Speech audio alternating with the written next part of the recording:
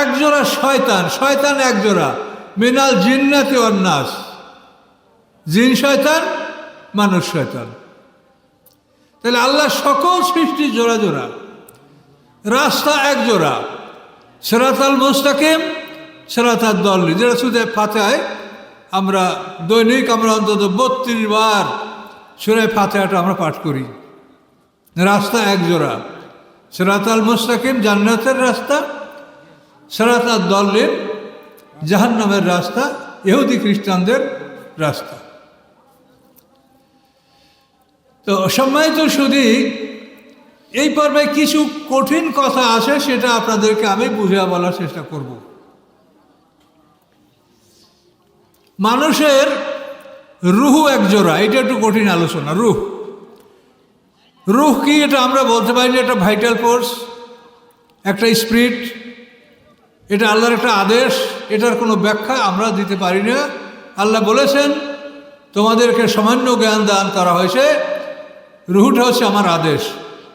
ওয়াস আলুনা কানের রুহ, তারা আপনার কাছে রুহ সম্পর্কে প্রশ্ন করে, তা আপনি বলেন কুলের রুহ মিন আমরি রব্বি, আপনি বলেন রুহটা আমার রবের আদেশ। এই রুহের কোনো ব্যাখ্যা আমাদের নাই। তো এই বিষয়টা একটু আমাদের আলোচনা দরকার আছে। রুহ এমন একটা জিনিস যে কারণে একটা মানুষ বেঁচে থাকে। একটা মানুষ, একটা প্রাণী, একটা প্রাণী বেঁচে থাকে তার ভিতরে রুহ থাকার কারণে। মানুষের দেহের মধ্যে রুহ আছে, যার কারণে আমরা বেঁচে থাকি। কিন্তু আরও 3টা জিনিস মানুষের মধ্যে আছে, নফসে মুতমাইন্না, নফসে লাওয়ামা, নফসে আম্মারা, রুহ। এই 4টা নিয়ে মানুষের আধ্যাত্মিক দেহ। এই দেহটা এক জোড়া, পদার্থের দেহ, আধ্যাত্মিক দেহ। কথা বলতে কোনো কষ্ট হয় আপনাদের? বুঝেন? আলহামদুলিল্লাহ। তাহলে এই দেহটা এক জোড়া, পদার্থের দেহ। এই যে পানি, মাটি, আগুন, বাতাসের দেহ নিয়ে আমরা বসে আছি, এটা পদার্থের দেহ। কিন্তু এর মধ্যে একটা আধ্যাত্মিক দেহ আছে, সেটা হলো নফসে মুতমাইন্না, নফসে লাওয়ামা, নফসে আম্মারা। এই 3টা নফস, এরা হলো এই দেহের পরিচালক। তো এই 3 জন কিন্তু 2 জন, ওই যে জোড়া জোড়া বলছি, এই 3 জন নফসে মুতমাইন্না, লাওয়ামা, এরা 2 জন মিলে একজন ভালোর দিকে। নফসে মুতমাইন্না শান্তির আত্মা, সোল অফ পিস, যে আত্মা মানুষের মধ্যে শান্তি সৃষ্টি করে, শান্তির পথ দেখায়। এই নফসে মুতমাইন্নাটা, এটার সহযোগী হলো নফসে লাওয়ামা। লাওয়ামা শব্দের অর্থ হলো অনুশোচনাকারী আত্মা, রিগ্রেটিং সোল, যে আমি এটা কেন করলাম, ভুল হয়েছে আমার, আমি একটা শিশুকে চর মেরেছি, এটা আমার ভুল, অন্যায় হয়েছে, আমি এটা কেন করলাম। এই যে অনুশোচনা যোগায় যে আত্মা, এই আত্মাটাকে বলা হয় নফসে লাওয়ামা। আর নফসে মুতমাইন্না শান্তির আত্মা। তো এই 2 জন মিলে একজন ভালো।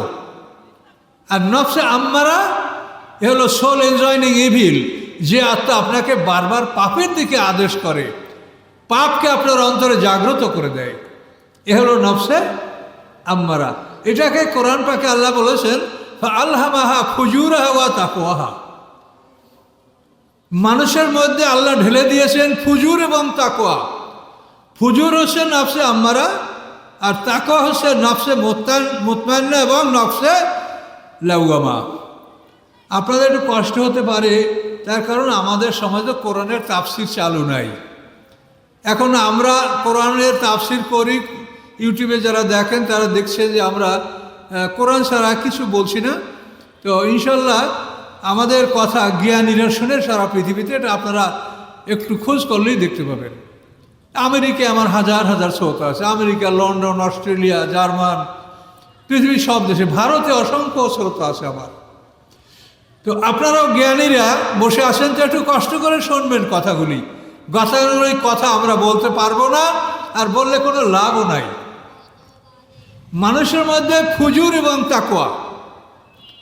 ফুজুর হচ্ছে নফসে আম্মারা, আর তাকওয়া হচ্ছে নফসে মুতমাইন্না, নফসে লাওয়ামা। ওই 2 জন মিলে একজন অনুশোচনাকারী আত্মা, শান্তির আত্মা, এই 2 জন মিলে একজন। এটা কেন তা বলতে পারেন? এটা কারণ হলো নফসে মুতমাইন্না, নফসে লাওয়ামা, এরা এই দেহটা একটা বগি, এটার সাথে ইঞ্জিন নাই, ইঞ্জিন হলো ভিতরে। এখন এই বগিটাকে উপরে টানতে হবে, তো উপরে টানলে ডবল ইঞ্জিন প্রয়োজন। আপনারা দেখছেন যে ভারতে, আমাদের সবাই সেরকম পাহাড়ি রেল লাইন নাই, যখন পাহাড়ের উপর থেকে গাড়ি পাস করে তো দুটো ইঞ্জিন স্টার্ট করি, একটা সামনের থেকে একটা পিছন থেকে, তা নাহলে গাড়ি উপরে উঠতে পারে না। তাহলে সিরাতাল মুস্তাকিম রাস্তা, এই রাস্তায় আমাদেরকে পরিচালনা করবে নফসে মুতমাইন্না এবং নফসে লাওয়ামা, এই ডবল ইঞ্জিন। যেহেতু সিরাতাল মুস্তাকিম রাস্তাটা এটা ঊর্ধ্বগামী রাস্তা, এটা জান্নাতের দিকে রাস্তা, কাজে এই রাস্তাটাকে সিঙ্গেল ইঞ্জিনে টানতে পারবে না। এই জন্য সৃষ্টিকর্তা দয়া করে আমাদের ভিতরে নফসে মুতমাইন্না এবং লাওয়ামা ডবল ইঞ্জিন দান করছে, যে আমাদের এই দেহবগিটাকে উপরের দিকে টানবে। কথা বুঝতে পারছেন? বোঝেন না? কষ্ট হয়। আর নফসে আম্মারা এর নিচে টানবে। নিচে টানার জন্য মানে ইঞ্জিন বন্ধ করে সারিয়ে দিলেও গাড়ি দৌড়ায়।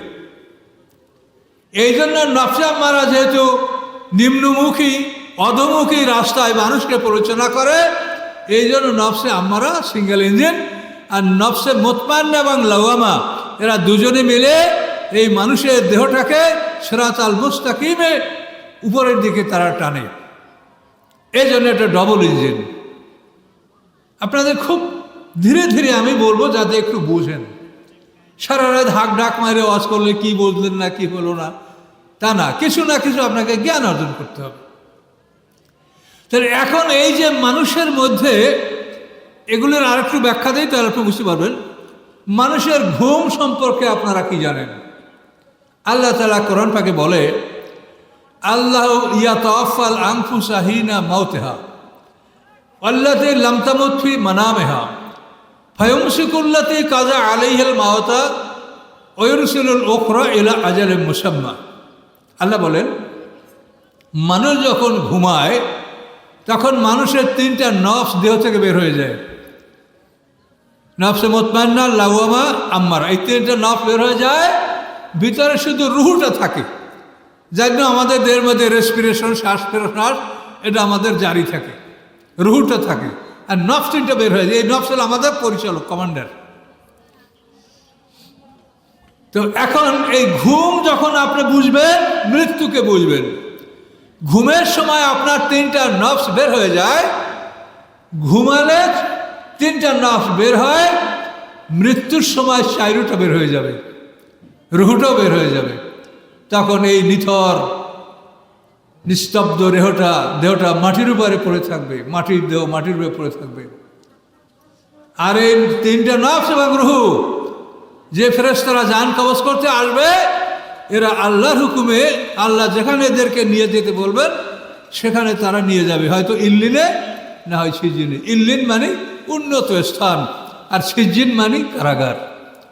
যাদের ভাগ্য ভালো তাদের এই প্রাণকে নফস করে আল্লাহর হুকুমে ফেরেশতারা যারা জান কবজ করবে ওরাই ইল্লিনে নিয়ে যাবে, আর যাদের অবস্থা খারাপ তাদের এই প্রাণগুলি সিজিনে নিয়ে যাবে, এবং সেখানে তাদেরকে আবদ্ধ করে রাখা হবে, এবং কিয়ামত পর্যন্ত এভাবে থাকবে। ইসরাফিলের দ্বিতীয় সিঙ্গার ফুৎ করে আবার সবাই আমরা হাসরের ময়দানে উঠব। মৃত্যু থেকে হাসর পর্যন্ত এটার নাম হলো বারজাক। অমেউ ওয়ারাইম বারজাকুন ইলা ইয়াউমি ইউবআসুন। তাদের সামনে পর্দার আড়ালের জগৎ পুনরুত্থান দিবস পর্যন্ত। পরিষ্কার কোরআন আয়াত, কোনো জটিলতা আছে? অমেউ ওয়ারাইম, তাদের সামনে বারজাকুন, পর্দার আড়ালের জগৎ, ইলা ইয়াউমি ইউবআসুন, কিয়ামত দিবস পর্যন্ত। কিয়ামত পর্যন্ত এই পর্দার আড়ালের জগতে আমরা সবাই থাকবো। তাহলে এখানে যে কথাটা জটিল আমি বলতেছিলাম সেটা হলো এই যে রুহু হচ্ছে এক জোড়া। একটা রুহু আমার মধ্যেও আছে, পশুর মধ্যেও আছে। এই রুহুর কারণে আমরা বেঁচে থাকি। কিন্তু মানুষের জন্য দুইটা রুহু, দ্বিতীয় রুহুটাকে অর্জন করতে হবে। সেটাকে অর্জন না করলে আল্লাহ এমনি দিবেন না। দ্বিতীয় রুহুটা আপনাকে, এটাকে বলে কাসবি, অর্থাৎ অর্জনযোগ্য, উপার্জন করতে হবে, কামাই করতে হবে। সেই দ্বিতীয় রুহুটা হচ্ছে এই আল কোরআন। এটা রুহ।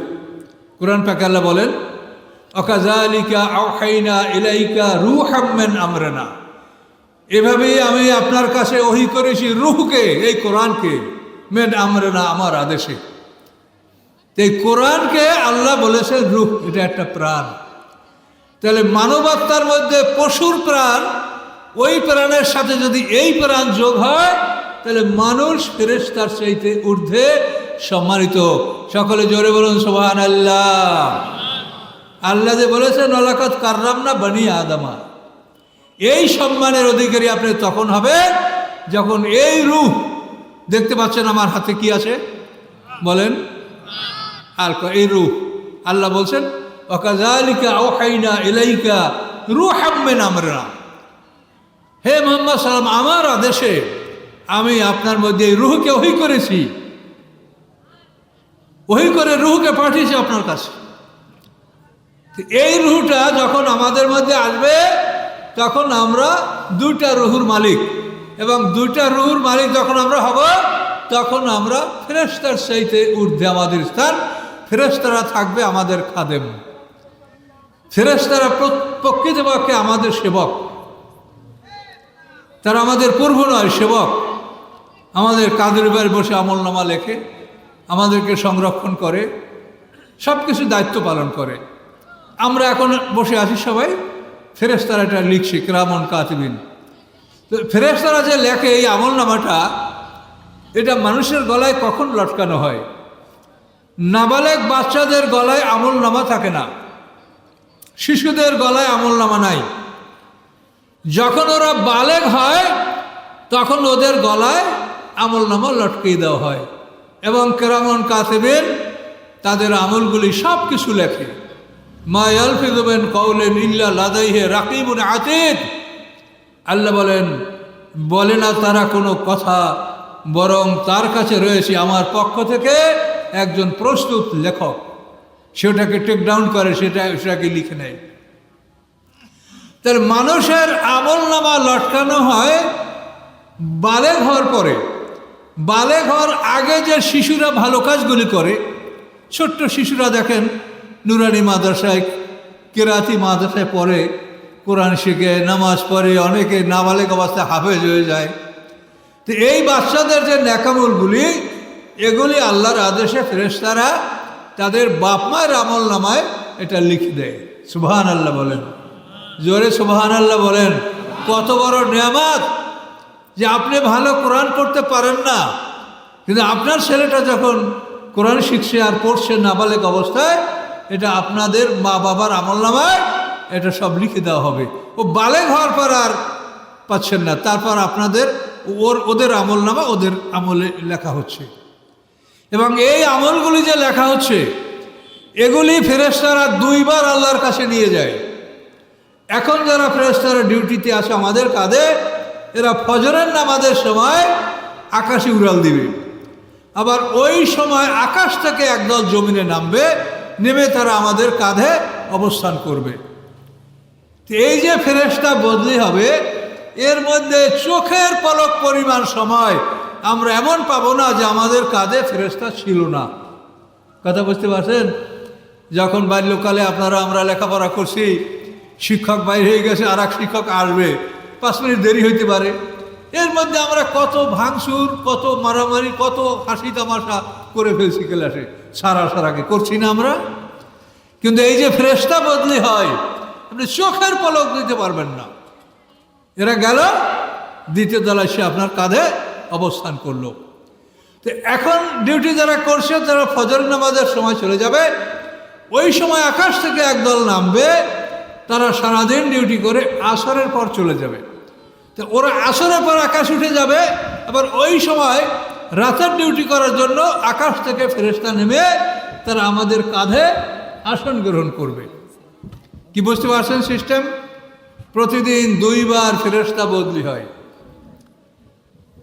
ফজরের সময় এবং আসরের পরে। এই যে ফেরেশতা বদলি হয়, তো এই ফেরেশতা বদলের ব্যাপারে আল্লাহ বলছেন মুআক্কিবাত, মানে একের পর এক আসতে থাকে। এর মধ্যে একটা বিশেষ মর্যাদার বিষয় আছে, সেটা হলো এই যে ফজরের সময় ফজরের সময় আকাশ থেকে যে ফেরেশতারা নামে এবং কাঁধের উপরে যে ফেরেশতারা এরা আকাশে যাবে, এই দুই দল ফেরেশতা একত্রিত হয়। এটা কোরআন পাকে সূরা বনী ইসরাঈলে বলা আছে, ইন্না কোরআন আল ফাজরে কানা মাসহুদা, ফজরের নামাজের কিরাতের সময় ফেরেশতারা উপস্থিত থাকে। জাহাঙ্গীর, আমার আরেকটা সোয়েটার দাও, একটু কেমন গরম ঠান্ডা লাগতে পারে। ওরা দিবে, ব্যাগের মধ্যে সোয়েটার আছে। তো এখানে আল্লাহ বলেছেন ইন্না কোরআন আল ফাজরে, ফজরের কিরাত কানা মাসহুদা, ফেরেশতাদের উপস্থিতিতে এটা সংগঠিত হয়ে থাকে। এই জন্য তাফসীর কাররা বলেন যে ফজরের নামাজটা ডবল রেকর্ড হয়। মানে এখন আপনার আমার কাঁধে যে ফেরেশতারা আছে এরাও এটা রেকর্ড করবে, আর আকাশ থেকে যারা নামবে তারাও এই নামাজটা রেকর্ড করবে। এই জন্য ফজরের নামাজটা ডবল রেকর্ড হয়। সুবহানাল্লাহ বলেন। বড় নেয়ামত ফজরের নামাজ, কিন্তু সেই নামাজটায় আমরা সবচাইতে মসজিদে উপস্থিতি কম থাকে। কি ঠিক কিনা বলেন? সবচাইতে বড় নেয়ামত যেটা, সেখানে উপস্থিতি কম। তার কারণ এই বিষয়গুলি আমরা জানি না। আমি আপনাদেরকে যা বলছি প্রত্যেকটা কথা আমি কোরআন থেকে বলছি কিনা ভেবে দেখেন। ইন্না কোরআন আল ফাজরে কানা মাসহুদা, ফজরের রাতের সময় ফেরেশতারা উপস্থিত থাকে। তাহলে এই ফজরের নামাজটা ডবল রেকর্ড হচ্ছে। রাতের ফেরেশতা ওটা নিয়ে যাবে, আবার দিনের ফেরেশতা এটা রেকর্ড করে রাখবে, আসরের পরে যাবে আবার। তো এইভাবে আমলনামা আকাশে চলে যাচ্ছে, আর কাঁধের উপরে ফেরেশতারা লিখে এটা গলায় ঝুলন্ত অবস্থায় আসে। তাহলে এক জোড়া হইল, সৃষ্টি জোড়া জোড়া বলছি না, তো এখানেও এক জোড়া আপনি পেলেন। তো এখন এইভাবে আল্লাহর সৃষ্টি সব জোড়া জোড়া, কিন্তু এই কথাটা সবচেয়ে জটিল যে এই রুহুকে যদি আমরা অর্জন করতে না পারি, তাহলে আমাদের মধ্যে একটা প্রাণ আসে, এই প্রাণ পশুরও আছে, তখন আমরা এবং পশু সমান। আল্লাহ বলছে না, তোমরা পশুর চাইতে অধম। তার কারণ তোমাদের মধ্যে একটা প্রাণ আছে, কিন্তু তোমাদের মধ্যে যে মানুষ হিসাবে বুদ্ধি জ্ঞান আছে সেটা তো পশুর নাই। কাজেই তোমরা প্রাণ পশুর আর বুদ্ধি জ্ঞান মানুষের, এর মাধ্যমে তোমরা ব্যাপক সমাজে ধ্বংসাত্মক হ্যাবক, তোমরা ধ্বংসাত্মক কর্মকাণ্ড তোমরা ঘটাতে পারো। তার কারণ তোমাদের মধ্যে বুদ্ধি হলো মানুষের বুদ্ধি, আর প্রাণ হলো পশুর প্রাণ। আর যদি তুমি এই রুহকে অর্জন করো, তাহলে ফেরেশতারা তোমার সেবক। তুমি সৃষ্টির সেরা। ওয়ালাকাদ কাররামনা বনি আদমা, আল্লাহ বলেন আদম সন্তানদেরকে আমি সম্মানিত করে সৃষ্টি করেছি। এই কথাগুলো আপনাদেরকে বুঝতে হবে। আমরা মানুষ, আমাদের জীবনটা কি, এই জীবন চক্র সম্পর্কে কিছু আলোচনা করব। আলোচনাটা কঠিন হবে। আমি কর্তৃপক্ষকে অনুরোধ করব যে আসলে তাফসির মাহফিল করলে আপনারা দুজন বক্তার বেশি না দেওয়া ভালো। দাওয়াত দুজন হলে, একজন মাগরিবের থেকে এসা পর্যন্ত, আর একজন এসার পর, তাহলে মানুষের ব্রেনের ক্যাপাসিটিটা ভালো থাকে। এখন আপনারা অনেকটা দুর্বল হয়ে পড়েছেন, আর অনেক খাদ্য ঢুকাইছেন ব্রেনের মধ্যে। কাজে আগেই যদি মানে ডাল দিয়ে পেট ভরে ফেলে, তো ভালো তরকারি তো খেতে পারবেন না। তো এই জন্য তাফসির শোনার জন্য আপনাদেরকে ব্রেইনের একটা ভ্যাকুয়াম সৃষ্টি করতে হবে, ব্রেইনকে পরিষ্কার করতে হবে। তারপর আপনি কথাগুলো ঢুকাবেন। মনে করবেন যে আমি কিছু জানি না, আমি এখন শুনছি। আর আগে যা জানি সেইটা যদি মাথায় ঘুরপাক খায়, তা আমার এই কথাটা আপনার মাথায় ঢুকবে না। আর আমি আপনাদেরকে কোনো কথা মুখের কথা বলতে আমি এখানে হাজির হইনি। আমি আমার 10 বছর চাকরি থাকাকালীন অবস্থায় আমি ফাজিল মাদ্রাসার প্রিন্সিপাল ছিলাম। আমি চাকরি রিজিন দিয়েছি কোরআন গবেষণা করার জন্য, এবং আল্লাহকে বলেছি যে আল্লাহ, আমার জীবনের বাকি সময়টা আমি কোরআনের জন্য ওয়াকফা করলাম, আপনি অনুগ্রহপূর্বক এটা কবুল করেন।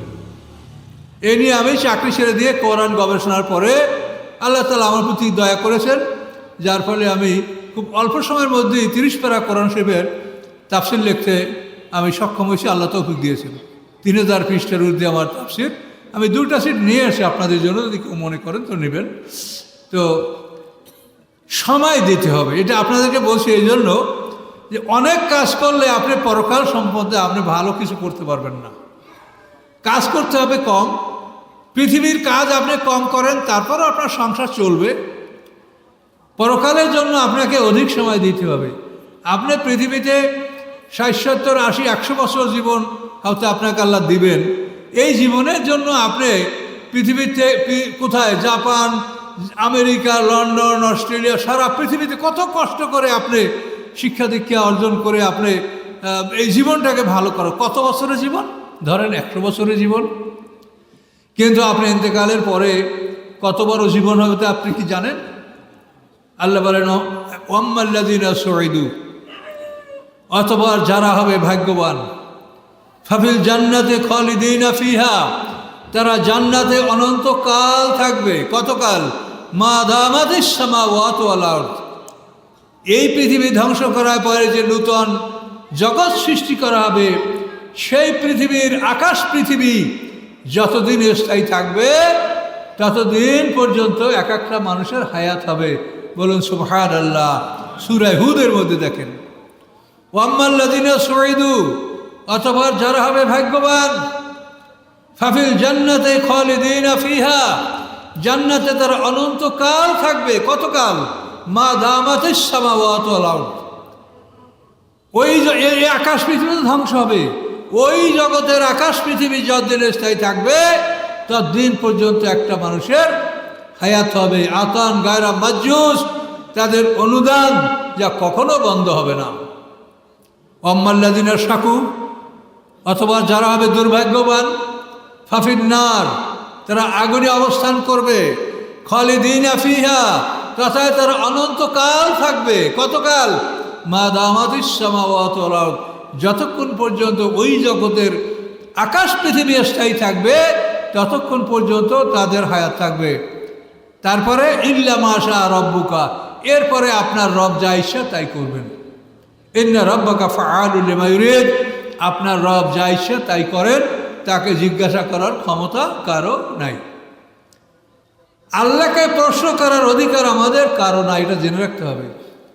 লা ইউসআলু আম্মা ইয়াফআলু ওয়া হুম ইউসআলুন, আল্লাহ যা করেন তাকে জিজ্ঞাসা করার কেউ অধিকার রাখে না, কিন্তু অন্য সবাই জিজ্ঞাসিত হবে। সারেন্ডার করতে হবে তার কাছে। মহাবিশ্বের মহামালিক, মহাজ্ঞানের অধিকারী, তিনি কি কাজ কি জন্য করেন সেটাকে আমরা বুঝবো? কাজে আমরা এটা কেন হয় এগুলো আল্লাহ সম্পর্কে কোনো প্রশ্ন করা যাবে না। বুঝলে আলহামদুলিল্লাহ, না বুঝলে আলহামদুলিল্লাহ, যে আল্লাহ আমার জ্ঞানের অভাব, আপনি জ্ঞান দান না করলে আমি এটা বুঝতে সক্ষম হব না। তো সম্মানিত সুধী, এই বিষয়টা খুব জটিল। এই ওহী ওয়াকাযালিকা আওহাইনা ইলাইকা রূহাম মিন আমরিনা মা কুনতা তাদরি মাল কিতাবু ওয়ালাল ঈমান। আল্লাহ বলেন আপনি জানতেন না ঈমান কি, কিতাব কি, এটা আপনি জানতেন না, আপনাকে আমি জানিয়ে দিয়েছি। এই রূহ কোরআন আপনার উপরে আমি অবতীর্ণ করেছি। এই কোরআনকে আমাদের অর্জন করতে হবে। এই কোরআনের জ্ঞান অর্জন করা ফরজ, আর আলেমদের জন্য এটা প্রচার করা ফরজ। কি বলছি? এই কোরআনের জ্ঞান অর্জন করা আপনাদের জন্য ফরজ এবং আলেমদের জন্য এই কোরআন প্রচার করা ফরজ। জাহাঙ্গীর, তোমরা শুনতে পেয়েছো? আমার একটা সোয়েটার নিয়ে আসো ব্যাগ থেকে। আলহামদুলিল্লাহ। তাহলে এই কোরআন প্রচার করা ফরজ। আল্লাহ পরিষ্কার কোরআন পাকে বলেন, ইয়া আইয়ুহার রাসূল বাল্লিগ, হে রাসূল আপনি প্রচার করুন। বাল্লিগ মানে আপনি তাবলিগ করুন। তাবলিগ করা ফরজ। কি তাবলিগ করবেন? মা উনজিলা ইলাইকা মির রাব্বিক, যা আপনার রবের পক্ষ থেকে আপনার উপরে অবতীর্ণ হয়েছে, এইটা আপনি তাবলিগ করেন। এই তাবলিগ করা ফরজ। কিন্তু আপনি তাবলিগ করেন যদি কোরআনকে বাদ দিয়া ওই 6 উসুলের বই, 9 উসুলের বই, তাহলে আপনি কি আল্লাহর হুকুম মানলেন? আমি তো সরাসরি কোরআন থেকে বলছি। ইয়া আইয়ুহার রাসূল বাল্লিগ, হে রাসূল আপনি তাবলিগ করুন। কি? মা উনজিলা ইলাইকা মির রাব্বিক, রবের পক্ষ থেকে যা অবতীর্ণ হয়েছে তোমাদের প্রতি, সেইটা তুমি তাবলিগ করো। তো কোরআন তাবলিগ করো। আমি তাবলিগের ভাইদেরকে বলেছি যে দেখেন, আপনারা একটা ভালো দল, আপনারা কাকরাইল থেকে 30টা জামাত সারা দেশে পাঠান এবং 30টা জামাতকে 30 পারা কোরআন ভাগ করে দিয়ে দেন। 30টা জামাতকে 30 পারা কোরআন ভাগ করে দেন, যে তোমরা এই 40 দিনে 1 পারা কোরআন তোমরা সব জায়গায় যেখানে তোমরা যাচ্ছ এটা প্রচার করবে। যেটা সহজ হয় না? তাহলে তো এই একটা ব্যাসেই তো পুরো কোরআন তাবলীগ হয়ে যেতে পারে। তো আমি তাদেরকে বলেছি, কিন্তু তারা মনে করে যে আমি তাবলীগের সমালোচনা করি। তারা যা বলে বলুক, আমার দায়িত্ব আছে, আমাকে এটা বলতে হবে। কে কি আমাকে বললো সেদিক তাকানোর অবকাশ আমার নাই, আমাকে সে আল্লাহ বলেন নাই। আমাকে সকল মানুষ প্রশংসা করবে, এটা কসমকালী হতে পারে না। আল্লাহর রাসূল বলেন, যাকে সবাই প্রশংসা করে, সবাই ভালোবাসে, সে ব্যক্তি বাতিলের সাথে আপোষকারী। বাতিলের সাথে আপোষকারী না হলে একটা মানুষকে সবাই ভালোবাসতে পারে না।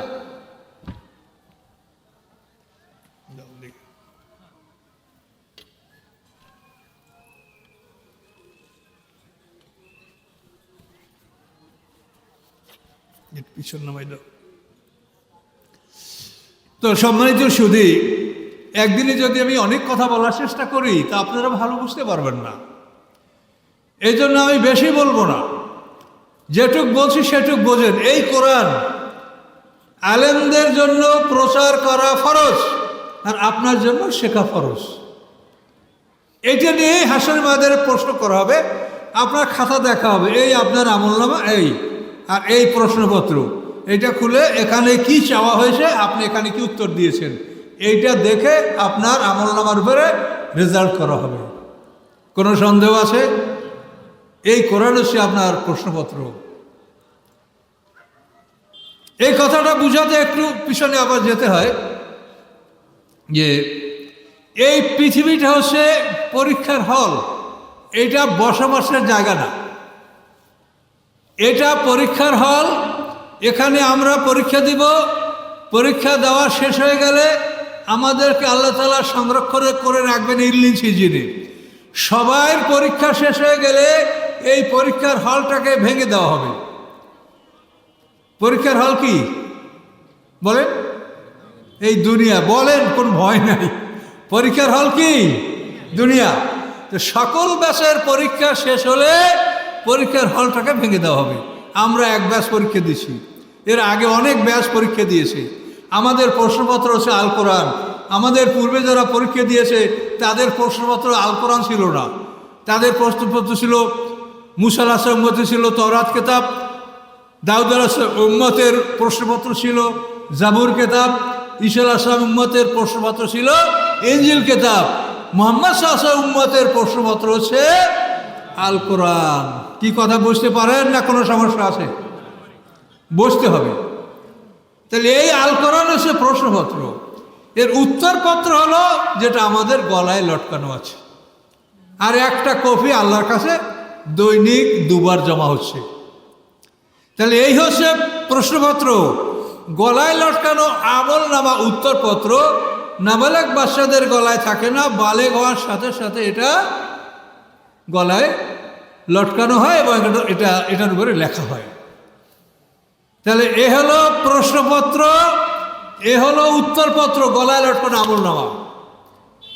সকল ব্যাচের পরীক্ষা শেষ হয়ে গেলে এই পরীক্ষার হলটাকে ভেঙে দেওয়া হবে, আর যাদের পরীক্ষা নেওয়া হয়েছে তাদেরকে আটকিয়ে রাখা হয়েছে, সুরক্ষিত করে রাখা হয়েছে। কোথায়? ইল্লিনে এবং সিজিনে। ইসরাফিল সাহেবের দ্বিতীয় সিংহার ফুৎ করে আমরা সবাই হাসরের ময়দানে মাটি ফুটে ফুটে আমরা বের হয়ে উঠব। ওঠার পরে আমরা সেই মাঠে বড় হব, সেই মাঠে আমাদেরকে হাউজে কাউসারের পানি পান করানো হবে, সেই মাঠে আমরা সবাই উলঙ্গ উঠব, কিন্তু আমাদের সেই মাঠে পোশাক দেওয়া হবে, যে যে পোশাকের যোগ্য তাকে সেই পোশাক দেওয়া হবে। সবাই ছোট্ট এবং উলঙ্গ, কামা বাদাকুম তাউদুন। ছোট্ট আয়াত আল্লাহর। যেভাবে সৃষ্টির সূচনা করা হয়েছে, দ্বিতীয়বার সৃষ্টি ওভাবেই করা হবে। কামা বাদাকুম তাউদুন। প্রথমবার যেভাবে সৃষ্টি করা হয়েছে, দ্বিতীয়বার ওভাবেই তোমাদেরকে ফিরিয়ে আনা হবে। সব ছোট্ট এবং উলঙ্গ। মা ফাতেমা, আয়েশা, খাদিজা যাই বলেন, সবাই ছোট্ট উলঙ্গ। তো কে কার সমালোচনা করবে? এইটা নিয়ে অনেক সময় অনেক নাটকীয় কথা বলা হয়, আলেমরা বলে, এটা ভুল কথা। সবাই ছোট, কেউ তো বড় না, কেউ কাউকে সমালোচনা করবে। কিন্তু একটা ব্যতিক্রম আপনি দেখবেন, সেটা হলো আদম হাওয়া। এই দুইটা লোক ছোট্ট এবং উলঙ্গ উঠবে না, এরা বড় এবং পোশাক পরা অবস্থায় হাসরের ময়দানে উঠবে। তার কারণ আল্লাহর আয়াত হলো কামা বাদা কুম তাউদুন। তাহলে আদম হাওয়াকে প্রথমবারে ওরকম ছোট্ট সৃষ্টি করা হয় নাই, তারা পুরো একটা যুবক যুবতী মানুষ, কুমার কুমারী মানুষ, দুইটা বড় মানুষ আল্লাহ পোশাক সহ সৃষ্টি করেছেন। এই জন্য আদম হাওয়া হাসরের ময়দানে উলঙ্গ উঠবে না। এই দুইটা মানুষ, বড় দুইটা মানুষ, কুমার কুমারী, যুবক যুবতী দুইটা মানুষ হাসরের ময়দানে উঠবে। সবাই আমরা দেখে চিনতে পারবো এই দুইটা লোক আমাদের পিতামাতা, এই দুইটা লোকের সবাই আমরা বংশধর, আমরা সবাই ভাই ভাই। তা আমরা কেন পৃথিবীতে এত মারামারি কাটামাটি করলাম? কি জন্য করলাম? আমরা তো আবার সবাই এক জায়গায় হাজির হয়েছি, কেন করলাম? তো এই অনুভূতিটা আপনাদের এখন আসুক, এটা আমরা চাই। আর তাফসীরের মাধ্যমে এটাই উদ্দেশ্য যে আপনারা এই বিষয়টা এখন বোঝেন, এখন বুঝলে কাজে আসবে। কিন্তু মৃত্যুর ফেরেশতা হাজির হয়ে গেলে তখন আপনি যাই বলবেন কোনো কাজে আসবে না। আমল কবুল হওয়ার একটা সময় আছে। কিরামুল কাতিবিন এই আমল আমাদের লেখে। তো এই আমল কবুল হওয়ার সর্বশেষ সময় হলো যে আমাদের কাছে যখন মৃত্যুর ফেরেশতা হাজির হবে, তখন এই কিরামুল কাতিবিন আমল নামা বন্ধ করে চলে যাবে। চলে যাওয়ার পরে আমরা সবাই আল্লাহর কাছে অনুরোধ করব। তখন সবাই ঈমান কি এটা বুঝতে পারবে। এই জন্য মৃত্যুর আর এক নাম হলো ইয়াকিন। ওয়াবুদু রাব্বাকা হাত্তা ইয়াতিয়াকাল ইয়াকিন। ইয়াকিন মানে মৃত্যু, মৃত্যুর নামে ইয়াকিন। তার কারণ মৃত্যুর সময় সবাই বিশ্বাস করবে যে নবী রাসূলুল্লাহ সত্য কথা বলেছে। সেই জন্য মৃত্যুর ফেরেশতা দেখতে পেয়ে মানুষ বলবে রব্বের জিউন, আল্লাহ আমাকে ফিরিয়ে নেন। আল্লাহ ওরা আমাকে টাইনে বাইর করে নিয়ে আসে প্রাণটা, আল্লাহ প্রাণটা আমার মধ্যে ফিরিয়ে দেন, রব্বের জিউন। তাহলে আমি কি করব? লাল্লি আমালু সালিহান ফিমা তারাকতু। আমি যে ভালো কাজগুলি এতদিন করি নাই, সেই কাজগুলি আমি করব। আল্লাহ আমার প্রাণটা ফিরিয়ে দেন। আল্লাহ বলেন কাল্লা, কখনোই না, তোমার সময় শেষ হয়ে গেছে, কোনোভাবেই তোমাকে আর এক মুহূর্ত সময় বাড়িয়ে দেওয়া হবে না।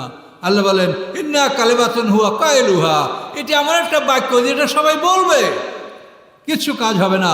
আমি ওয়ারাইম বারযাকুন ইলা ইয়াউমি ইউবাসুন। তাহলে আপনাকে জেনে রাখতে হবে যে আমল কবুল হওয়ার সর্বশেষ সময় হলো মৃত্যুর ফেরেশতা উপস্থিত হওয়ার পূর্বক্ষণ পর্যন্ত। মৃত্যুর ফেরেশতা উপস্থিত হয়ে গেলে কোনো নেকামল আর আপনার কবুল হবে না। সেই সময় কাফেররা বলবে রব্বির জীবন প্রাণ ফিরিয়ে দেন। মুমিনরা বলবে রব্বি লাউলা আখারতানি ইলা আজালিন করিব, হে আমার রব, যদি আপনি আমাকে একটু সময় দান করেন, ফাআসাদদাকা ওয়া আকুম মিনাস সালিহিন, আমি সৎকার করব, আমি ভালো হয়ে যাব। এটা বলবে মুমিনরা, যে মুমিনরা নেকামল করে নাই, ঈমান ছিল কিন্তু নেকামল করে নাই। আর কাফেররা বলবে আল্লাহ প্রাণ ফিরিয়ে দেন। তাহলে মৃত্যুর ফেরেশতা উপস্থিত হয়ে যাওয়ার পরে কোনো মানুষের নেকামল কবুল হবে না।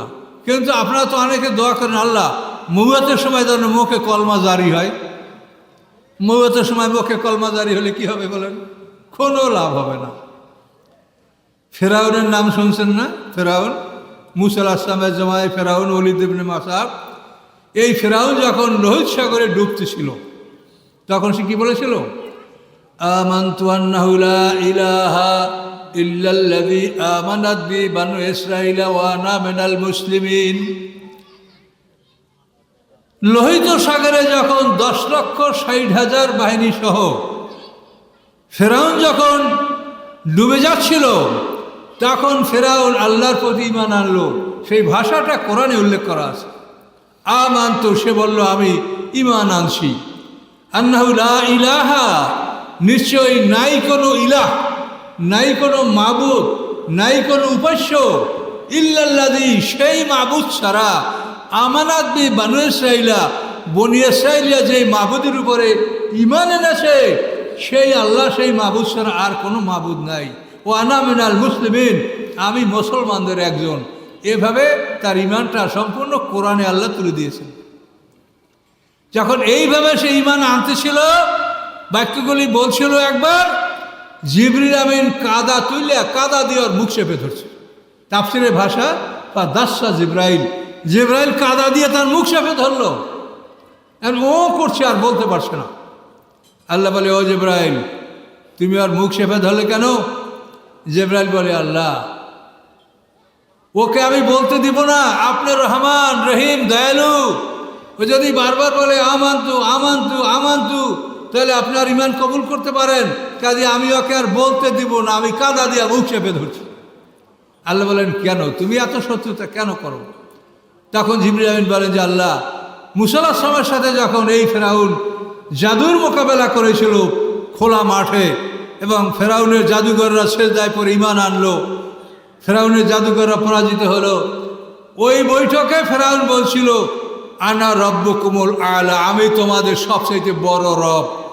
জিবরিল আমিন বলে, এই কথা যখন ও বলেছে তখন আমি ক্ষিপ্ত হয়ে গেছি যে তুই বড় রব, তোর এত ক্ষমতা, যে তোর রবগিরি আমি দেখব যে তুই বড় রব কেমন করে হলি। ফেরাউন এইভাবে ঈমান আনার পরে আল্লাহ কি বললেন? আল আন, এই বেটা, এখন এখন তুই এখন ঈমান আনছ, অকথা আসাইতে কবলো, এইমাত্র তুই ইতিপূর্বে তুই আবার নাফরমানি করলি, মূসা আলাইহিস সালামকে হত্যা করার জন্য বাড়ি থেকে বের হয়েছ তুই। আকুনতা মিনাল মুফসিদিন, তুই ছিলি পৃথিবীর মধ্যে একটা বিপর্যয় সৃষ্টিকারী মানুষ, তোকে আমি ক্ষমা করব না।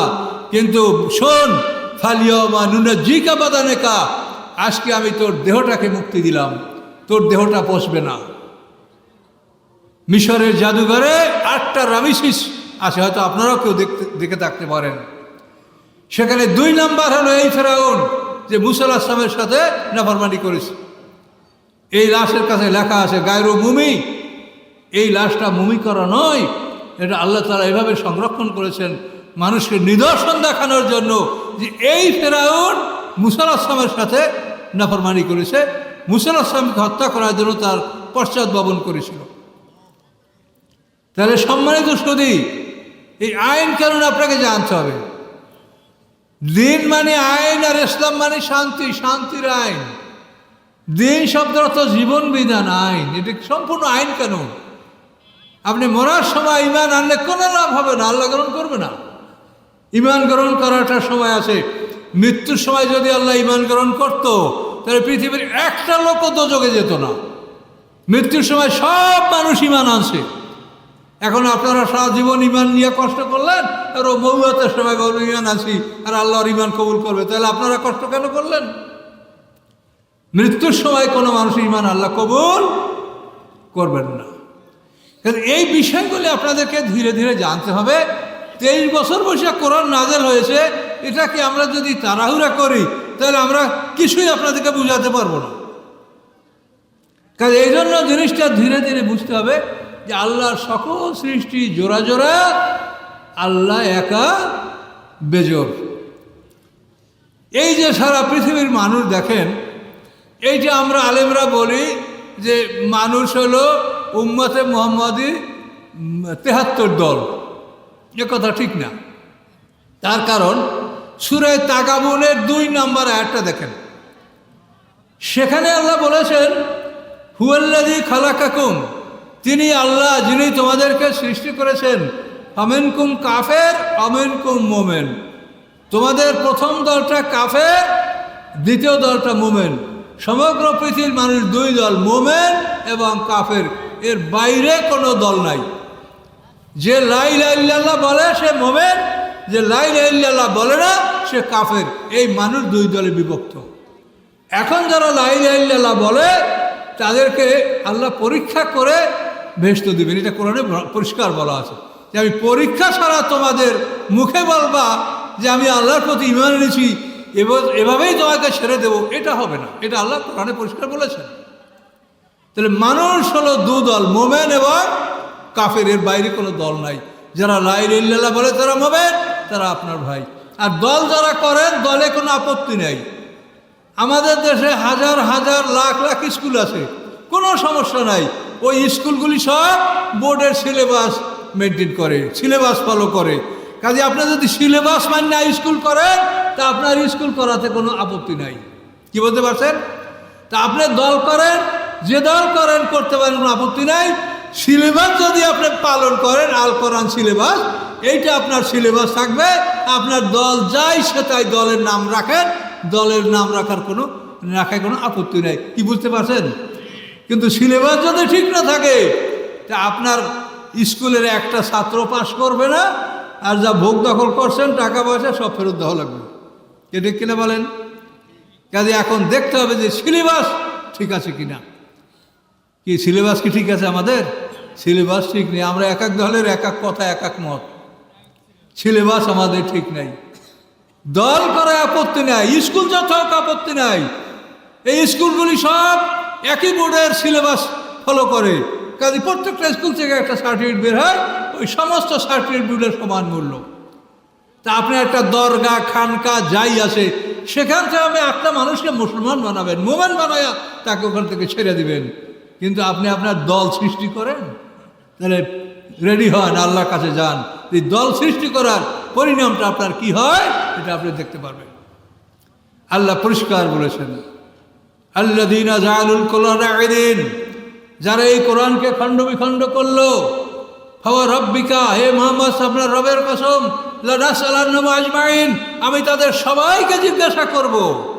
কোরআনকে খণ্ড বিখণ্ড করার অর্থ হলো, একজনে কোরআন থেকে আল্লাহ বলছেন সকাল সন্ধ্যা জিকির করো, তার ওই জিকিরটা উনি নিয়ে নিয়েছেন, নিয়ে ওনার দরগায় আপনি যাবেন, যত ওয়াজ শুনবেন সব ওয়াজের মূল হলো সকাল সন্ধ্যা জিকির করো, জিকির করে বহুল গলি আল্লাহ হয়ে গেছে, জিকির করলে তোমরা বেহেশতে চলে যাবে, বাস। তাহলে আর কোরআনের যে ৬৬৬৬ আয়াত, তাতে কি বলা হয়েছে? সে তালিম তার মধ্যে নাই। কারণ এই জন্য এই বিষয়গুলি, তো এই বিষয়গুলি আপনাদেরকে বুঝতে হবে। দেখেন, আমরা একটা জিনিস মনে রাখেন, একটা লোক যদি ফরজ ওয়াজিব পালন করে তাতে সে বেহেশতে যাবে। তারপর যদি সুন্নাত নফল আমল করে তো বেহেশতের দরজা বলন্দ হবে।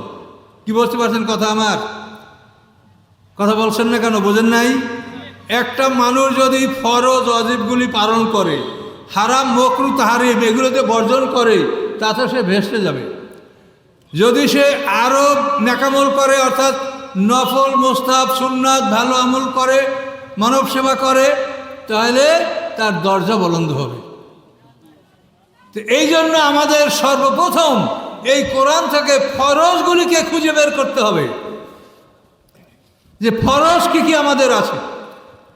এই ফরজগুলি অনুসন্ধান করেন। তো এই ফরজগুলি অনুসন্ধান করতে গেলে আমরা দেখতে পাব যে আমরা অনেক ফরজের আমল আমরা জানি না, আমরা করি না। যেমন দেখেন, আকিমুস সালাতা ওয়া আতুজ যাকাত, এটা তো কোরআন শরীফে বহুবার আসছে। অনেকে বলে ৮২ না ৮২ বার আসে নাই, কিন্তু কোরআনে অনেকবার আসছে এই কথাটা।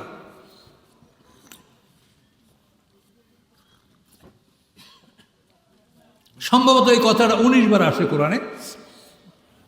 সম্মানিত সুদী, আকিমুস সালাতা ওয়া আতুজ যাকাতা, সালাত কায়েম করো, যাকাত দাও। এখন যাকাত কিভাবে দিবেন এইটা কি আপনারা জানেন? আমার মনে হয় জানেন না। নামাজে যেরকম ১৩ ফরজ, যাকাতে তেমনি ১৩ ফরজ। যাকাতে ১৩ ফরজ, নামাজেও ১৩ ফরজ। এই জন্য দুইটা জিনিসকে আল্লাহ তাআলা পাশাপাশি একই আয়াতে উল্লেখ করেছেন। নামাজে ১৩ ফরজ আহকাম আরকান, আপনি ৬টা বাইরে ৭টার ভিতরে আহকাম আরকান ১৩ ফরজ। কিন্তু যাকাতেও ১৩ ফরজ। যাকাতে ১৩ ফরজ হচ্ছে ৫টা খাত থেকে যাকাত আদায় করতে হবে। ৫-এর ১, ১০-এর ১, ২০-এর ১, ৪০-এর ১, পশুর যাকাত। এই ৫টা খাত থেকে যাকাত আদায় করতে হবে। আদার খাতে ১ নম্বর যাকাত হচ্ছে ৫-এর ১। এই ৫-এর ১ যাকাত হচ্ছে আল্লাহর রসুল তিনি হাদিস বর্ণনা করেছেন, অফিল মাদেনে ওয়ার রিকাজে আল খুমুস, গুপ্তধন এবং খনিজ সম্পদে 1/5 জাকাত দেওয়া ফরজ।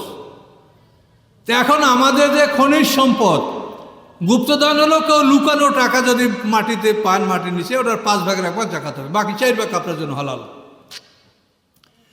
আর খনিজ সম্পদ, তেল, গ্যাস, এক কথায় মাটির নিচ থেকে আমরা যেগুলো উত্তোলন করি, এগুলা খনিজ সম্পদ, এইটার জাকাত হলো 1/5। বাংলাদেশে দৈনিক হাজার হাজার কোটি টাকার গ্যাস বিক্রি হয়, এটা আমাদের নিজস্ব সম্পদ, এটা পাবলিক প্রপার্টি, আপনার আমাদের সবাই সম্পদ। যারা সরকারে থাকে তারা আমাদের পক্ষ থেকে দায়িত্ব পালন করে, কিন্তু ওই জিনিসটা তো আমাদের সবার পাবলিক প্রপার্টি এটা। তাহলে এখন দেখেন, দৈনিক যতটা গ্যাস উঠে, এই গ্যাসের 1/5 টাকা জাকাত ফান্ডে জমা করতে হবে, এটা আল্লাহ খরচ করে দিয়েছেন। তাহলে আপনি ভাবেন, এবং এইটার কোনো মেয়াদ নাই। আপনার ব্যবসার টাকা 1 বছর পার হইলে জাকাত হবে, নগদ টাকা হাতে থাকলে 1 বছর পার হইলে জাকাত হবে, কিন্তু এইটার ওই রকম মেয়াদ নাই। এটা হলো আপনি যখন তুলবেন তখনই 1/5 জাকাত ফান্ডে জমা দিবেন। তো এই ফরজটা কি আমরা পালন করছি? এবং এই ফরজটা যারা আমাদের দায়িত্বশীল, আমাদের পক্ষ থেকে যারা রাষ্ট্র পরিচালনার দায়িত্ব পেয়েছেন, তারা যদি এইটা পালন করে, তা আমাদের দেখে মাঝামাঝি এই যে ন্যাচারাল ক্যালামিটি যেগুলো আসে, ক্যাটাস্ট্রফি, দুর্যোগ, আমাদের উপরে যে বিপদ আপদগুলি মাঝে মাঝে আসে, এগুলির জন্য আমাদের কি তখন চাঁদা তুলতে হবে? হাজার হাজার কোটি টাকা আপনার জমা হবে প্রতিদিন। 1/5 জাকাত দেওয়া ফরজ। আল্লাহ বলেন, এই তেল গাছ তোমাদের বাপ দাদার সম্পদ না, ওটা আমি আল্লাহ জমিতে তোমাদের জন্য লুকিয়ে রেখেছি। এই জন্য এটার জাকাত, সবচাইতে বেশি জাকাত হলো এই খনিজ সম্পদে। কি কথা বুঝতে পারছেন? এই তেল গ্যাসে আমাদের কোনো খরচ নাই, শুধু উত্তোলন খরচ, এছাড়া আর ওটা আমরা কিছু চাষাবাদ বা অন্য কিছু করার নাই আমাদের। এইটা হলো 1/5 জাকাত, 5/1। 2 নম্বর জাকাত হচ্ছে 20/1। 20/1 জাকাত হলে আল্লাহ রসুল বলেন, যে সমস্ত ফসলগুলি বৃষ্টির পানিতে হয়, নদীর পানিতে উৎপন্ন হয়, এই ফসলগুলির 10/1 জাকাত দেওয়া ফরজ। ধান, গম, ভুট্টা, তারপরে মানে এক কথায় সমস্ত উৎপাদন, চীনাবাদাম, কলা, গোলালু, পেঁপে, বেগুন, আপনি যা কিছু উৎপাদন, আনারস, যা কিছু উৎপাদন করেন, এটার নেশাব হলো 26 মণ। 5 অশাক, এই 26 মণ থেকে উপরে যাদের এই ফসলটা হবে, তারা তার 10/1 জাকাত দিবে। এটা আল্লাহ তাআলা ফরজ করে দিয়েছেন। এবং এটা সমস্ত ফসলে। ইমাম আবু রহমতুল্লাহ বলেন, শুধু জ্বালানি কাঠ, লকড়ি যেটা চুলায় জ্বালানো হয়, এবং পশুর খাদ্য ঘাস, এই 2টা জিনিসে জাকাত হবে না।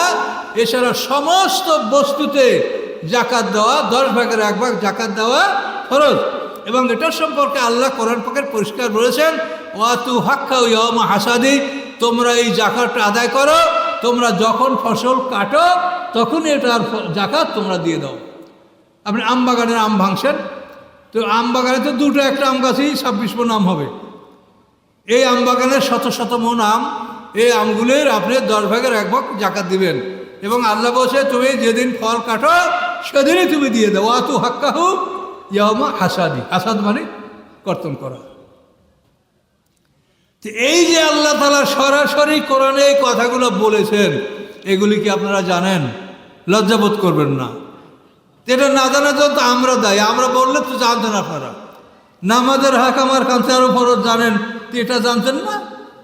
তাহলে আমরা কোরআন থেকে কথা না বলার কারণে আপনারাও জানেন না, আর আমরাও ফরজ তরক করছি। তার কারণ পুরো কোরআন প্রচার করা আমাদের জন্য ফরজ। কাজে এই জন্য আমি কি বলবো, যদি অনেক কথা বলতে যাই, ডাক্তার সাহেবের সাথে যে আলাপ করার ইচ্ছা ছিল, সে আলোচনা আমি যেতে পারছি না। তার কারণ আমি মনে করছি এগুলি আরও জরুরি, যে জাকাতের 13টা ফরজ জানা আরও জরুরি, এটা ফরজ। তাহলে 5/1, এই পাইলেন 10/1। যে সমস্ত ফসলগুলি বৃষ্টির পানিতে, নদীর পানিতে উৎপন্ন হয়, যে সমস্ত গাছগুলি শিকড় দিয়া মাটির রস খেয়ে ফল দেয়, এগুলিকে আর ভাষায় আশারিয়ান। এই সব ধরনের ফসলে 10 ভাগের 1 ভাগ জাকাত দেওয়া ফরজ। নেশাব হলো 26 মণ। 26 মণের কম যাদের পাবেন যারা, তাদের জাকাত দিতে হবে না। 26 মণ থেকে উপরে যারা যাবে তাদের এটা জাকাত দিবেন। 26 মণের পরে যদি আপনার 1 মণ আধা মণ বেশি হয়, তারও জাকাত হবে না। 26 মণের পরে আবার এই নেশাবের 5 ভাগের 1 ভাগ যদি বাড়ে, তার সেটা জাকাতের আওতায় আসবে। 5 ভাগের 1 ভাগ, 5 ভাগের 2 ভাগ, এভাবে করে করে 5 ভাগ পর্যন্ত কাল তো দ্বিগুণ হয়ে যাবে। তো মোট কথা 26 মণ। তারপরে খুচরা যদি 1 কেজি, 8 কেজি, 10 কেজি, আধা মণ, এটা হবে না। ওটার আবার 5 ভাগের 1 ভাগ যদি বাড়ে, তখন সেটা জাকাতের আওতায় আসবে। এইভাবে আপনি এই ফসলগুলির জাকাত দিবেন। এখন হিসাব করে যে আমাদের দেশে কত ফসল উৎপাদন হয়, ধান, গম, জব, আলু, পেঁয়াজ, চীনাবাদাম, সব ধরনের ফসল, এতে 10 ভাগের 1 ভাগ জাকাত আল্লাহ খরচ করেছেন। এলো 10-এর 1, 20-এর 1। এই ফসলগুলি উৎপাদন করতে যদি আপনার সার লাগে, সেচ লাগে, ঔষধ লাগে, সার্বক্ষণিক মজুর খাটান লাগে, কিষাণ খাটান লাগে, তাহলে আপনি এইটার জাকাত দিবেন 20 ভাগের 1 ভাগ। আল্লাহ অর্ধেক কমাই দিয়েছেন আপনাকে। সার, ঔষধ, সেচ, রেগুলার কিষাণ লাগলে এই ফসলগুলিতেই আপনার জাকাত হবে 20 ভাগের 1 ভাগ। মানে 26 মণে 10 ভাগের 1 ভাগ না, ওটার 20 ভাগের 1 ভাগ আপনার জাকাত হবে। 5-এর 1, 10-এর 1, 20-এর 1, 3। 40-এর 1, এটা হলো নগদ টাকা, সোনারূপা, ব্যবসার মাল।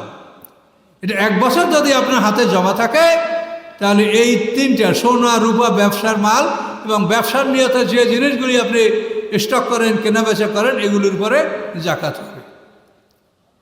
40-এর 1, 5-এর 1, 10-এর 1, 20-এর 1, 40-এর 1। এরপর পশুর জাকাত। পশুর জাকাত হলো বকরি 40টা একটা, গরু 30টা একটা, ঘোড়া পোষলে প্রত্যেকটা ঘোড়া 1 দিনার। আল্লাহ রাসূল হাদিসে বর্ণনা করেন, ফিকুল্লে ফারাসেন সায়মাতেন দিনারুন। প্রত্যেকটা সায়মা পশুর প্রতি 1 দিনের একটা স্বর্ণ মুদ্রা বাৎসরিক জাকাত। পশু 2 প্রকার, সায়মা, আলুফা। সায়মা হলো যে পশুগুলি নিষ্কর জমিতে ঘাস খেয়ে লালিত পালিত হচ্ছে। ফ্রি প্যাচুরেস, করমুক্ত চারণভূমি, যে জমির কেউ খাজনা দেয় না, ওষুধ দেয় না, সরকারি ফ্রি জমিন, বিরাট জঙ্গল বা বিরাট চর, ওখানে ওই পশুগুলি লালিত পালিত যদি হয়, তো ওই পশুর জাকাত হবে। এবং যে পশু আলুফা, অর্থাৎ যে পশুকে আপনি খাদ্য কিনে খাওয়ান, সেই পশুর জাকাত হবে না। কিন্তু সেই পশুরও জাকাত হবে একটা ক্ষেত্রে, যে পশুগুলি আপনি ব্যবসার জন্য কিনেছেন, এই টাকায় কিনেছেন, দাম বাড়বে তখন বেচবেন। ব্যবসার নিয়তে যখন এই পশু কিনবেন, তখন আপনার টাকার উপরে জাকাত হবে, পশুর উপরে হবে না। কি কথাটা বুঝতে পারছেন? তাহলে 5-এর 1, 10-এর 1, 20-এর 1, 40-এর 1। 5-এর 1, 10-এর 1, 20-এর 1, 40-এর 1 পশুর জাকাত। এই 5টা খাত থেকে জাকাত আদায় করা ফরজ। আদায় করার পরে এই জাকাতটা আপনি 8টা খাতে ব্যয় করবেন। সূরা তওবার 60 নম্বর আয়াতে দেখেন, ইন্নামাস সাদাকাতু লিল ফুকারায়ে ওয়াল মাসাকিনা ওয়াল আমিলিনা আলাইহা ওয়াল মুআল্লাফাতি কুলুবুহুম ওয়া ফির রিকাবে ওয়াল গারিমিনা ওয়া ফি সাবিলিল্লাহ আবনাস সাবিল। এই 8টা খাত সেখানে উল্লেখ আছে। এই 8টা খাতে আপনি এই জাকাতের সম্পদ আপনি ব্যয় করবেন। তাহলে 8 আর 5 13। তাহলে আপনার নামাজে যেরকম 13 ফরজ, জাকাতে তেমনি 13 ফরজ। এখন আমরা বড় বড় ওয়াজ করবো, কিচ্ছা করবো, কাহিনী করব, আর ফরজ আপনি জানবেন না, তাহলে আপনারও বিপদ, আমারও বিপদ। কি কথা বুঝতে পারছেন? এই জন্য কোরআনের এই বিষয়গুলি, এগুলি আপনাদের জানার চেষ্টা করতে হবে। আমরা কি করতে পারবো? একটা মানুষ কি করতে পারে? আলেম ওলামাদের মধ্যে অনেক আছেন যারা কোরআনের তাফসীর বিরোধিতা করেন। এটা বলা উচিত না, তারপরও বলছি যেটা বাস্তব সত্য, যার জন্য আমাদের অনেক ব্যাখ্যাতে হয়। তো যাই হোক, আল্লাহ তাআলা ভালো জানেন, সবাই আমরা আল্লাহর কাছে যাব। তো এই জন্য আপনারা কোরআনকে আপনারা শেখার চেষ্টা করেন। আমার জন্য আপনারা দোয়া করে, আমি দোয়া চাচ্ছি আপনাদের কাছে। আমার তাফসির লেখা হয়ে গেছে, আলো আদার 11টা বই বের হয়েছে, রাসূলের জীবনী আমার বের হয়েছে। এরপরে এখন আরেকটা কিতাব, মানে কোরআনের শব্দার্থ সহ 30 পারা কোরআন, এটা আমি লিখেছি, লেখা কমপ্লিট, এবং আমার এটা পূর্ব দেখাও হয়ে গেছে। হয়তো 2-1 মাসের মধ্যে এই বইটাও 1400 পৃষ্ঠা একটা বই হবে, এই বইটাও ইনশাল্লাহ বের হবে যদি আল্লাহ তৌফিক দেয়। এবং এগুলি আপনারা পড়লে খুব সহজে কোরআনের তাফসির বুঝতে পারবেন। আপনাদের কাছে যে তাফসিরগুলি আছে এগুলি সব বিদেশি লেখকের, একটাও বাংলাদেশি লেখকের না। তো ওইটা বাঙালিরা বাংলায় তর্জমা করছে, যার জন্য জটিলতা দূর হয়নি। আর আমরা বাঙালি, আমরা বাংলা ভাষায় কথা বলি, বাঙালিরা বাঙালির তাফসির আমাদের লেখা, এটা পড়তে আপনাদের খুব সহজ লাগবে এবং পড়লেই পড়তে ইচ্ছা করবে ইনশাল্লাহ। তো যাই হোক, যার ভাগ্যে আসে তারা এটা পড়বে, কিন্তু আমাদের দাওয়াত আমরা দিলাম। তাহলে আপনি এখন কি বুঝতে পারলেন যে এই যে ফরজগুলি, নামাজে 13 ফরজ, জাকাতেও 13 ফরজ, এইভাবে অনেক ফরজ রয়েছে যেই ফরজগুলি সম্পর্কে আমরা সচেতন না। অথচ ফরজ তরক করে কোনো মানুষ জান্নাতের আশা করতে পারে না। বলেন পারে? ফরজ তরক করে জান্নাতের আশা করতে পারে? দেখেন, আল্লাহ বলছেন আকিমুস সালাহ, নামাজ কায়েম করো। সেই আল্লাহ বলেন আন আকিমুদ্দিন, তোমরা আমার আইনগুলি প্রতিষ্ঠা করো। তো এখন যে আল্লাহ আপনাকে আকিমুস সালাহ বলেছে, নামাজ কায়েম করো, বেনমাজি কুকুরের সহিত অধম মনে করেন, সেই আল্লাহ একই শব্দ দ্বারা বলছেন আকিমুদ্দিন, তোমরা আমার আইনগুলি সমাজে প্রতিষ্ঠা করো। এখন আমরা সমাজে যদি আল্লাহর আইন প্রতিষ্ঠা করার চেষ্টা না করি, তাহলে কি আমরা মোমেন হব? দিন কায়েম হবে কি হবে না আল্লাহ জানে। আল্লাহ বলছেন তুমি চেষ্টা করো, আমরা দিন কায়েমের চেষ্টা করব। যদি না করি, এটা ফরজ তরকের গুনাহ হবে। আকিমুস সালাহ আকিমুদ্দিন, আল্লাহ বলেন আমার আইন প্রতিষ্ঠা করো। আল্লাহর আইনের সুযোগ সুবিধা কি শুনলে আপনারা অবাক হয়ে যাবেন। আল্লাহর আইনে বিচার ব্যবস্থাটাকে বলা হয় হুদুদ কেসাস তাজির। আর আমাদের সমাজে যে ফৌজদারি আদালত আইন আছে, এটা 1860 সনে পাক ভারত উপমহাদেশ থেকে মুসলমানদের কাজী পদ বিলুপ্ত করে সেখানে ফৌজদারি আদালত আইন ব্রিটিশরা প্রবর্তন করেছে। এখন আপনারা জানেন আপনাদের বিচার ব্যবস্থা কি? ফৌজদারি আদালত।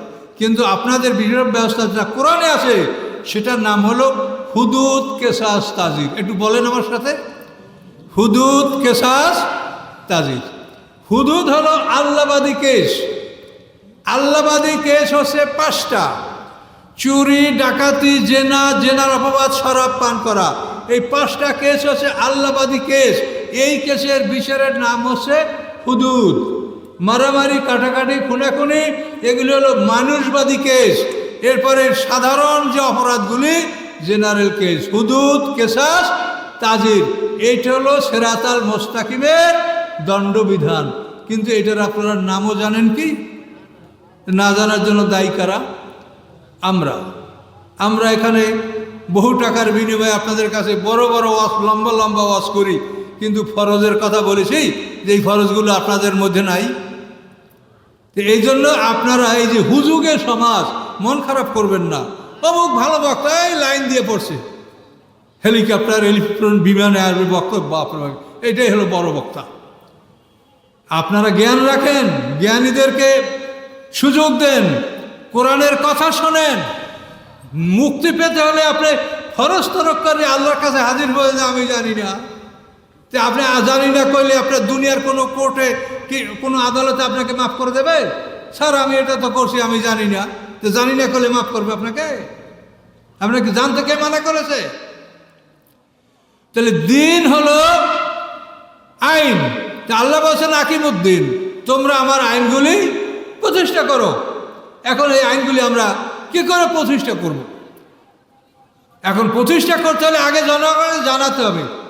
এটা জোর করলে হবে না। লাইক রাফিদ্দিন, আপনি জোর করে আইনকে চাপাই দিতে পারবেন না। মানুষকে বুঝাতে হবে, জনমত নিতে হবে, তারপরে এটা প্রতিষ্ঠিত হবে। এটাকে জোর করে চাপিয়ে দেওয়ার অধিকার আপনার নাই। জোর করাকে বলেছে ফিতনা। আল ফিতনা তো আসাদ্দু মিনাল কাতল, ফিতনা শব্দের অর্থ প্রোজিলাইটাইজেশন, অর্থাৎ জোরপূর্বক মতবাদ চাপিয়ে দেওয়া, এটা আল্লাহ কোরআন পাকে বৈধতা দেন নাই। তাহলে আইনটা কি? আইনটা দেখেন, একটা মানুষ যদি খুন হয়ে যায়, এই মানুষটা খুন হওয়ার জন্য তার বিচারটা কি? আপনার শরীয়তের বিচার হলো খুনের বদলে খুন, এই একটা আদেশ আছে। এটা হলো 1 নম্বর। 2 নম্বর হলো যে নিহত ব্যক্তির অরিষ্যা যদি মনে করে যে আমরা খুনের পরিবর্তে খুন চাই না, আমরা রক্তের মূল্য গ্রহণ করব, ব্লাড মানি, র্যানসম মানি, রক্তের মূল্য। এখন এই রক্তের মূল্য যদি তারা চায়, তো ইসলামী আদালতের কাজী রায় দেবেন রক্তের মূল্য পরিশোধ করার জন্য। রক্তের মূল্য হচ্ছে 100 উট অথবা 100 গরু অথবা 2000 বকরি। তো 100 গরুর মধ্যে 40টা দিতে হবে গাভীন গরু এবং 60টা দিতে হবে হালের গরু। আর 100 উট যদি হয়, তো 100 উটের মধ্যে 40টা উট দিতে হবে মানে গাভীন উটনি, আর 5 বছর বয়সে উট দিতে হবে বাকি 40টা, অথবা 2000 বকরি। এইটা হলো একটা খুনের বিচার। এবং এই জরিমানা পরিশোধ করার জন্য তাকে ইসলামী আদালত সর্বোচ্চ 3 বছর সময় দিবে, যে এই সময়ের মধ্যে তুমি এই ক্ষতিপূরণ তুমি দিবা, যেহেতু তুমি খুন করেছো। এটা হলো খুনের বিচার। এখন আপনি একটু ভাবেন যে আমাদের সমাজেও তো খুনের বিচার আছে না? তো সেই বিচার কি আর আল্লাহর আইনের বিচারটা কি? এখন আপনি ভেবে দেখেন। এখন মানুষ আল্লাহর আইনের দিকে আসবে কখন? যখন মানুষ এগুলি জানতে পারবে যে আল্লাহর আইনে আমাদের এত সুযোগ সুবিধা রয়েছে। কেউ যদি একটা চক্ষু নষ্ট করে 50টা গরু জরিমানা দিতে হবে, কেউ যদি একটা হাত নষ্ট করে 50টা গরু জরিমানা দিতে হবে, একটা আঙ্গুল নষ্ট করলে 10টা গরু জরিমানা দিতে হবে। ইসলামী আদালতের বিচারের নাম দিন।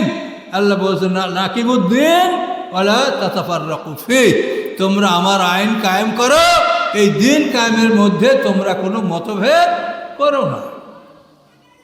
এখন এইভাবে যদি আমরা কোরআন থেকে দেখি, তাহলে অসংখ্য ফরজ এগুলো আমরা পালন করছি না। ফরজ পালন না করে আমরা অলি আল্লাহর খেতাব গ্রহণ করছি।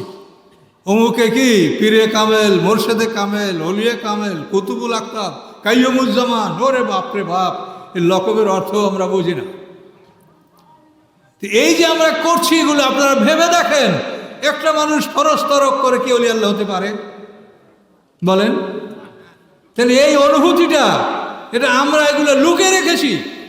কোরআনের কথাগুলি আমরা মানুষকে বলি না, অথবা আমরা এগুলি জানি না। কাজে এই জন্য আমার কী বা ক্ষমতা আছে? বহু বছর আগে একবার আসছিলাম, আবার ডেকেছেন, আসছি, কিছু কথা আপনাদেরকে বলে দিলাম যাতে আপনার বিবেকের মধ্যে একটা নড়াচড়া, একটা মুভমেন্ট সৃষ্টি হয় বিবেকের মধ্যে, যে আসলে আমরা কি অবস্থায় আছি। এই এতটুকু আপনাদের মধ্যে জাগ্রত করে দিতে পারবো। আমি এই বিষয়গুলি তো আপনাদেরকে ব্যাপকভাবে বলতে পারছি না, যে এই বিষয়গুলি কোরআনে যেভাবে আছে, দণ্ডবিধান, হুদুদ, কিসাস, তাজির, অর্থনীতিতে কত বিশাল আলোচনা আছে, প্রত্যেকটা ক্ষেত্রে কোরআনে বিশাল আলোচনা আছে। এত বড় কোরআন শরীফে কি আছে? কি ছোটোখাটো ব্যাপার? এই সব আইন কানুনের মধ্যে আছে। কাজেই আপনাদের বিবেকে একটু নাড়া দেওয়ার জন্য আমি চেষ্টা করছি। আপনারা নড়েচড়ে বসেন, সজাগ হন, যে কোরআনে কি আছে সেইটা আপনারা জানার চেষ্টা করেন। যদি অন্যরা না বলেন, আমাদের লেখা বই পুস্তক, আমাদের লেখা তাফসীর পড়ার চেষ্টা করেন, ইনশাল্লাহ জানতে পারবেন, ইনশাল্লাহ সঠিক কথা পাবেন। এই যেভাবে আমি মুখে কথাগুলো বলছি, এভাবেই আমার লেখাগুলোর মধ্যে আপনারা সব কিছু পাবেন। তো আমি আর দীর্ঘ রাত আলোচনা করে আপনাদের কষ্ট দিব না, আর আমারও কষ্ট হচ্ছে। তো এই জন্য আমি আপনাদের কাছে এই অনুরোধগুলি রাখলাম যে কোরআনের ফরজগুলি আপনি অনুসন্ধান করেন। ফরজ অজেব পালন করতে পারলে আপনি ভেসলের যোগ্য হবেন।